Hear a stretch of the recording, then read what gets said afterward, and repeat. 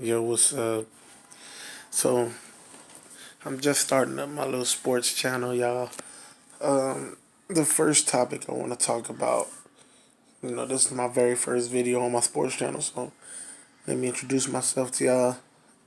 I go by Mbu. You feel me? You big Dragon Ball Z fan when I was a kid, so that kind of stuck with me.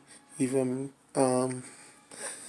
But the first topic I want to talk about is some boxing. I want to talk about some boxing, man. Like, there's a lot of weird shit happening in boxing right now. But the heavyweights got my attention, bro. The heavyweights got my attention. The heavyweights got the world's attention, to be honest. The heavyweights is doing the thing right now. But problem is, you know, um, I'm gonna be flat out. I think Anthony Joshua does not want to make this fight with Deontay Wilder. Reports have already come out that clearly Tyson Fury is about to duck the rematch. Um, Deontay Wilder's talking about he not gonna fight Anthony Joshua because they was playing with him with the negotiations the first time, which is true. But that doesn't give to me that's not a reason for him not to go for that undisputed. I don't think that's a reason why he should not.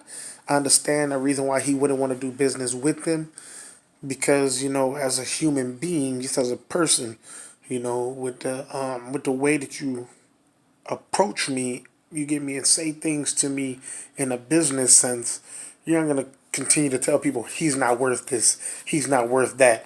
Nobody thinks he's worth this. You're not gonna tell me what I'm worth. You know what I'm saying? If me and you together can make $100 million fight, and you can only bring in 50 million with someone else of high caliber, so if me and you together can bring in 100, and and you with someone else can only do 50, I'm gonna assume that I'm bringing in 50 million. You feel me? Or at least the magnitude of the fight, because it's me and you, and because it's undisputed, it's gonna bring in a lot of money. But also from the perspective of this, is like if it's me, just me, you know, to me, I mean, I play college football. You feel me? So being a competitor is in my nature. You feel me? I've been playing football all my life. I ran track. You get me? When I was in high school, so to me, being a competitor is in my nature. So the way I look at things is like this. Um, if you claim you want this fight with me, you feel me? It's like this. If I want to fight with you, and I say, I want this fight, I need this fight, this is the fight I gotta have. You tell me to offer you, you say, man, make it 50-50 and I'll take that fight. I'm going to give you 50-50. I guarantee you, I'm going to give you 50-50. Because at the end of the day, the big picture is this. Every fight that I have afterwards, once I beat you, and I'm undisputed, I'm undefeated, undisputed heavyweight champion of the world. Once I've beaten you, every fight I have after then, I'll make tons more money. Tons more. I can literally make 60 million fighting somebody else. I can make 60 million fighting somebody else. You feel me? So that's what I'm saying. And from the perspective, that goes for both of these guys. You feel me? AJ and Wilder. Now, Wilder actually did make that offer, though. So, you know, Wilder actually did make that offer. They offered, Joshua 50 million with the 50-50 split. So they offered him 50-50. They offered him 50-50. Joshua said, if they think that it's $100 million fight, give me 50 million guaranteed, and I'll take the fight. And they did that. They offered him 50 million guaranteed. Now, for whatever reason, he's claiming, he had other obligations that wouldn't allow him to take the fight. That may okay. I get it. I get that. I understand that. But you knew you had those obligations before you even spoke on that. So you should have knew that, hey, I got other obligations that wouldn't allow me to take a 50 million offer from these people. Because here's the thing that the people not understanding. If his contractual obligations to other networks and other promotion companies and other people, whatever those contractual obligations are, if obligations affect him not taking a $50 million offer that people claim is, you got Anthony Joshua fans that are claiming that it's from BT Sports with no, with no validity of that. But I'm just gonna assume. Let's go ahead and assume. Let's say that it's from BT Sport. If he can't accept that offer, you get me, or if that offer gets cut in half because of that, that means that there's no network. You get me? There's no other company that can offer him that it wouldn't get cut in half anyway. So it could be from BT, it could be from Bomb Squad Promotions, it could be from whatever you want. Whatever promotion company you want, they could have offered money. The PBC, you feel me? You know what I'm saying? It doesn't matter who it is. They can offer that money, and it would still be that he would still be in the same situation. So it's not because of uh, um, some false report that it was coming from BT Sports, which we know that's not true. It's not because of some BT Sport thing. It was more so because he has those obligations regardless of who he does business with. You feel me? Like he said, they own him. Those people own the rights to him. So therefore, the money that he makes has to be cut in half. Like if you think about it, Anthony Joshua, I think this year alone just signed a new deal worth like a few hundred million with I think with Matchroom or something like that. So he just signed like a new deal with like a few hundred million and whatever. That few $100 million, you get me, that they're paying out is being paying out per fight. You get me? So throughout the course of the years that he's doing with them. So what that tells you is, and what a lot of people don't understand. So what you gotta understand is, so what that tells you is this: when when he fights, they get a portion of that money back. You see what I'm saying? They have to, because I signed a deal with a promotion company worth however $1 million, and if I don't bring in that much revenue, you get me? Then how am I gonna get the money distributed? We have to bring in that much revenue. We have to bring in the amount of money that we're talking. You feel me? So if you offer me, like in the situation that he's in, you offer me $50 million, and I gotta basically break bread with promotion, with my promotion company, with my promoters. You feel me? And then whatever TV companies that I've sold rights to, I gotta break bread and do all that stuff. And then he said he only comes away with he said it'll be like 25 million afterwards. So out of the guaranteed 50 million, he would only came away with 25 million, is what he's saying. And that lets you know that alone lets you know a couple things. That one, he's not making as much money as people are claiming. He's literally telling you he's not making as much money as people claim. He's not making $20 million a fight. And then for two, it shows you that I'm trying to put this in simple terms for it, but for two, it shows you that his contracts, you feel me? His contracts are, just blatantly, his contracts are some fucked up contracts. Like, every person that he fights pretty much has to be promoted and assigned to the same people as him. Or they have to be willing to take considerably less money to fight him. And, it might be a little more than what the PBC offers. Like, okay, like with the Joseph Parker situation, Joseph Parker made like, I think they said Joseph Parker made like $8 million fighting Anthony Joshua. the PBC situation, if you go to PBC right and fight the PBC route and fight Deontay Wilder, it's a lot less about the money because the money isn't exactly what they're going to be looking for. The money isn't exactly what's going to be there. It's more so about the fight itself. More so about the legacy of the fight itself because, yeah, you're not going to get 8 million.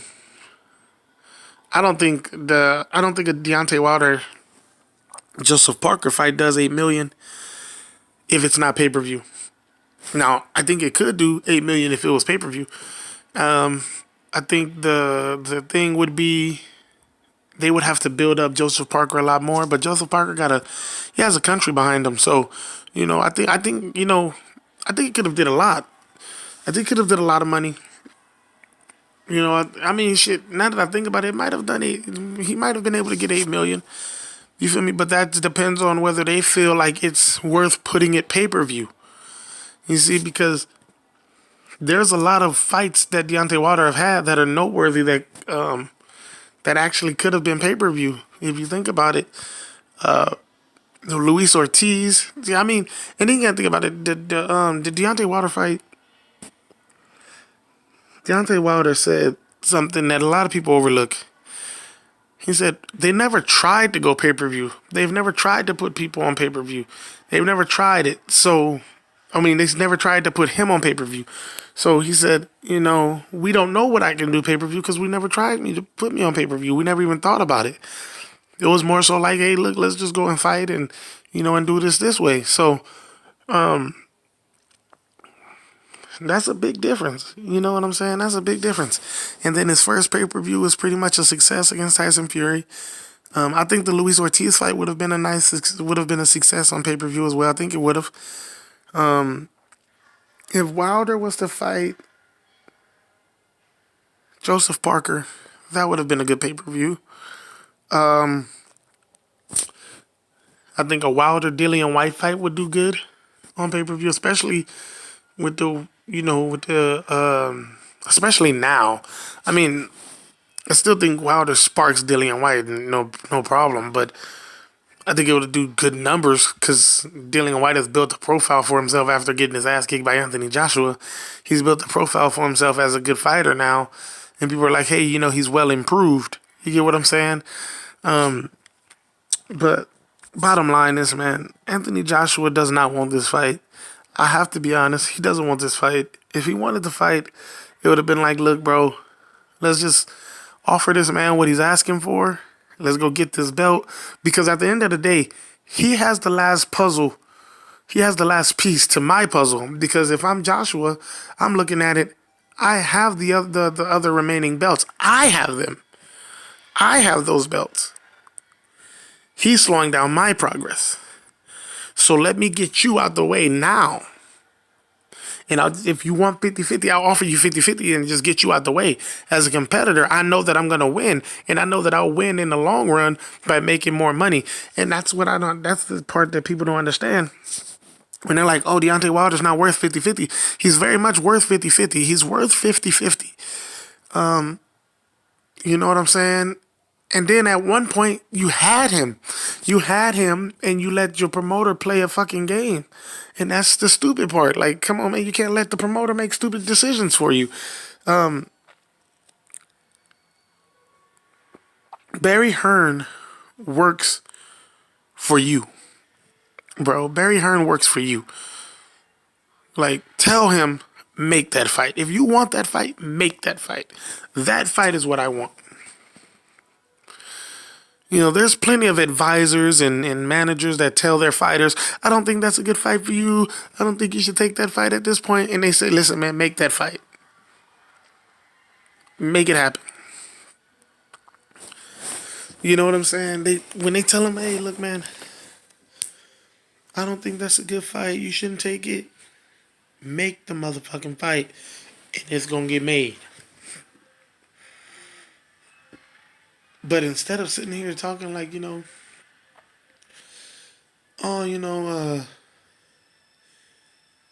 he's asking for too much, he's pricing himself out. Is there not enough money to go around, bro? You feel me? And then we're excluding the fact that, we're not even, thinking about it when they're talking about the money. Anthony Joshua said not too long ago, he said he's trying to be the first boxing billionaire. So you're literally saying, man, I'm trying to take all the money. In every fight that I get, I want all of it. So that's why I'm offering flat fees. You can't offer nobody no flat fee, man. It's enough money for all y'all to eat. Mike Tyson said some shit a long time ago. I forget who he was fighting, but it was another Muslim brother. It was after he got out of prison. He found Islam and everything, and it was another Muslim brother that he was fighting. And I think it was the guy, he knocked him out in like 11 seconds. And after the fight, Mike was, they was like, how was it that you got this match, And Mike told him, like, I'm very thankful that he, gave me this match and, actually fought me, because this is how we feed our families. We owe it to each other to fight each other. It's how we feed our families. This is how us, the boxing, these guys in the boxing ring need to understand that it's you guys together. You guys have to, do this shit together in order to feed your families.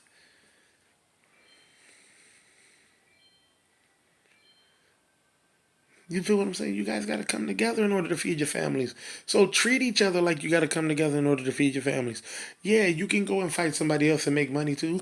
But guess what? You can fight somebody else and make money. You might make less. That's just what it is.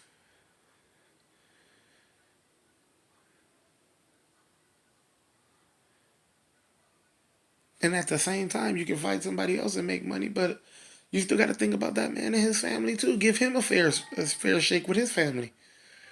All of you guys are putting your lives at risk, man. And the problem with the situation is, I feel like Anthony Joshua and Eddie Hearn and Barry Hearn, they lack humanity while dealing with Deontay Wilder and the negotiations. And that's what it boils down to. The lack of humanity that's being exuded when dealing with Deontay Wilder in these negotiations. You're talking about, oh, we're gonna offer you a flat fee of 15 million, and then the man takes the 15 million, and then you're gonna send him a contract with, a one-way rematch clause, and then you turn around and tell people, oh man, only I made a mistake by sending the contract with the one-way rematch clause. You knew fucking well what you was doing. You didn't read it before you sent it. You knew exactly what the fuck you were doing. You knew what the fuck you told him. You sent the terms. He agreed to the terms, and then you say, okay, well, here. And then you changed the terms. That's what you did. You were doing some bullshit. Come on, man, that's wrong. You lack humanity. And then, you know, Deontay Wilder actually made a good point. To be honest, he made a good point. He said, listen, I'll take this flat fee offer. But if I beat you, you take a flat fee in the rematch. That's fair. That's fair. This is how you know that it's lacking humanity, and it's about disgracing this man as a human being, and trying to demean him as a man and as a human being. That's how you know it's about that. When he said, "I'll take that offer, but you got to take the offer in a rematch." Immediately, it was, he's fucking crazy.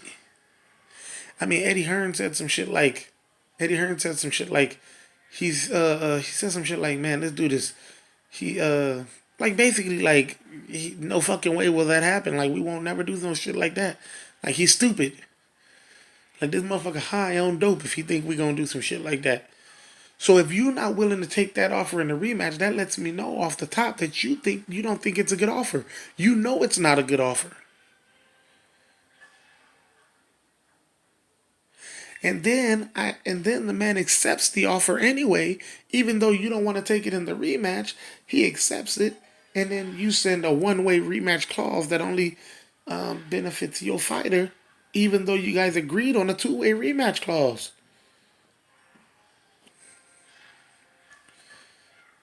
We're talking undisputed here.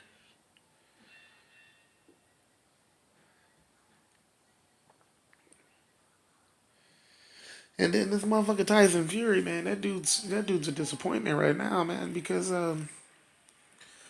truth be told, Tyson Fury's a disappointment, man. Like the fight with Deontay Wilder, pushed you back to the forefront of the heavyweight division. You go out there, you fight Deontay Wilder a second time, and you clear up any doubt that there is that you and him are evenly matched or whatever, or that you guys, I mean, like, listen, as a man, you feel me? As a man, when I was playing football, my mindset was, I'm going out, down after down, quarter after quarter, and dominating that other guy across from me. I'm dominating him, you know, not because I hate him, but because there will be no man standing that can say he outmatched me or that can say he was competition for me.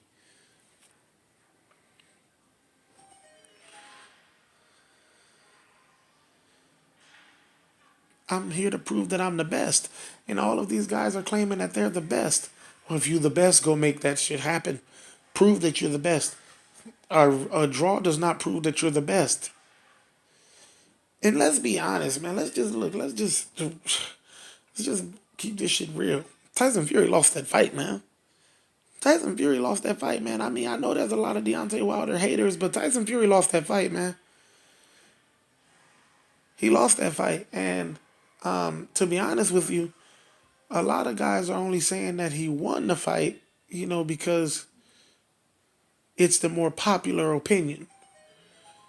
He lost that fight. You can't.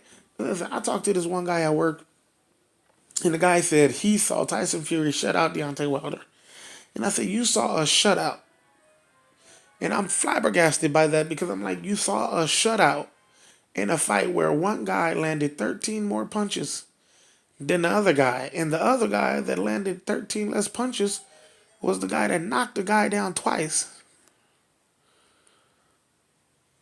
Just off of that alone tells me this. Just off of those two things alone. You landed 13 more punches than him. He knocked you down twice. That means he landed more effective punches than you already. That's already telling me his punches were more effective than yours. Because if his punches weren't as effective, you wouldn't have never went down. Now, if you want to claim that that's a draw, those two things cancel out, I would tell you off the top, one knockdown cancels out a 13 punch lead. One knockdown cancels out a 13 punch lead. That's a fact. And then Deontay Wilder was aggressive all night. The whole night he was aggressive the whole night. And it was effective aggression. Very effective. The aggression was very effective. I do feel like Deontay Wilder was overshooting the right hand early on. I felt like he was overshooting the right hand early on. I also felt like Tyson Fury was grabbing a little too much, holding a little too much. He was trying to do, at one point he put Deontay Wilder in the headlock and like pretty much, and he squeezed with the headlock too. You know what I'm saying? And Deontay Wilder did the same thing back to him. You feel me? But, you know, like, come on, man. Come on now. That man lost that fight. You feel me? Now, was it unanimous loss? I don't think it should have been a unanimous loss. I don't think it should have been a unanimous loss because depending on how you score a fight, depending on what you like to see in fights, is how that fight should have been judged. And that's what I think. I seen, in Mexico, they like a certain type of fight. And that's what the Mexican judge, scored. And you feel me? In the UK, they like it. First of all, it's funny because people saying that this man got robbed. There's a Mexican judge and two judges from the UK, basically. Canada, like anybody in their right mind that knows about Canada, you feel me? They follow the the monarchy, and so if that's the case, you got two UK judges, one of which said this fight was a draw, one of which said Tyson Fury edged it out by a round, and then well, one of which said Tyson Fury edged it out by like a round or so. I think like he said one.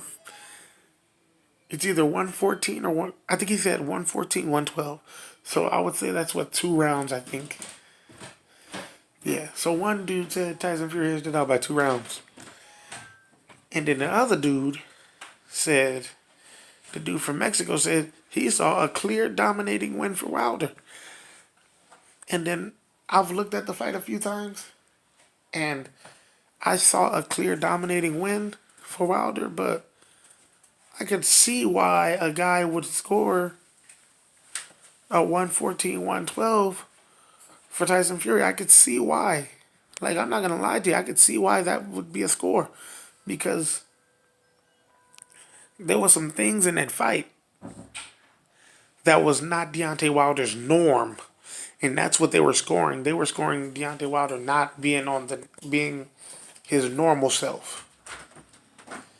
If they were scoring him in this fight alone, if they were just looking at it at this fight, it would have been different. But they were scoring him not being his normal self. So they were scoring, they was like, oh man, he usually lands 50% of his punches.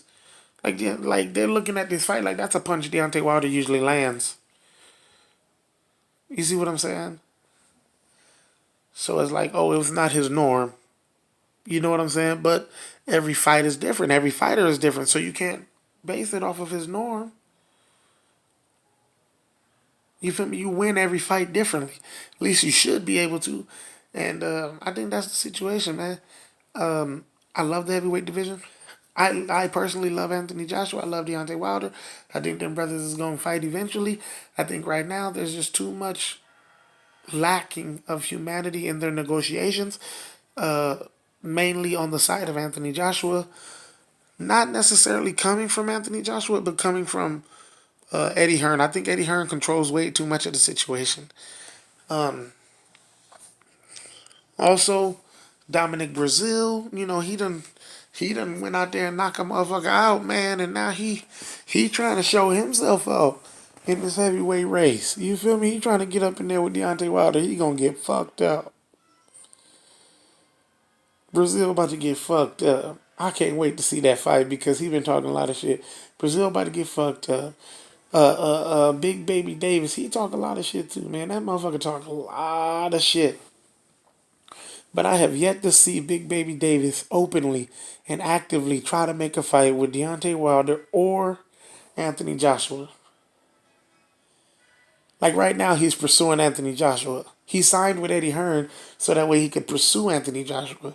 And I mean, now one thing I do like about Big Baby, I like this about Big Baby. Big Baby said from the jump, it's about making money, family. Big Baby said that from the jump. That motherfucker said, man, I signed because I'm trying to make some money. So he ain't out here playing these games with people. If it don't make no motherfucking dollars, it don't make sense. And that's some real shit. If you can be on, I don't like all these guys that are like, oh man, I'm fighting because I love fighting. I love this fight. I love doing this shit. If you're fighting for the love of it, then the money don't matter. If you fighting for the money, say you fighting for the money, so motherfuckers understand that this is what you fighting for, the money. Cause listen, at the end of the day, ain't nothing wrong with fighting to feed your family, bruh. Ain't nothing wrong with it. Don't let nobody tell you, oh, you don't care about nothing. You know what I'm saying? Don't let nobody tell you that shit. Shit, the same thing they try to tell Adrian Bronner. Don't let nobody tell that man no bullshit. They can't tell that man shit. Oh, he just be fighting for the money. You damn right. Floyd Mayweather, he just fighting for the money. You damn right he fighting for the motherfucking money. Motherfucker, I'm fighting for money too, shit. I get up every day at work and gotta listen to somebody talking some bullshit. Motherfucker, I do it for the money. I don't do that shit for the motherfucker. But, my opinion on certain guys, man, it's a lot of these guys need to come up with some real stuff. You feel me? And stop bull twinking around. But hey, everything, I like the heavyweight division. I like boxing right now. It done flared up, and it got us. It got our attention, man.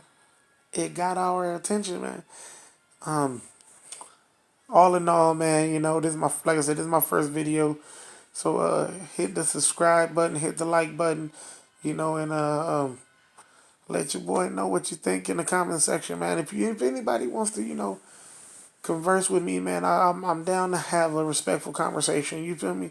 I'm not the type of person that that's gonna call somebody Beyonce Wilder or Auntie Joshua. I don't do stuff like that.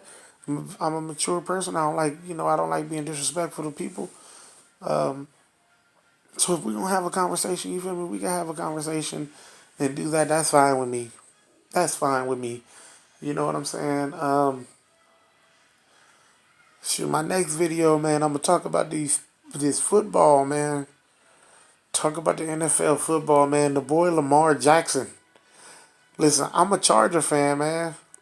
I'm a Charger fan, but there's a portion of me in my heart that's rooted for Lamar Jackson, man. What is going on? That boy is doing his thing, man. He done carried the Ravens to the playoffs, and as much as I want the Chargers to take this Super Bowl, I think Lamar Jackson might. I think Lamar Jackson might. I think he might be the one to, you know, get the Ravens into the Super Bowl this year.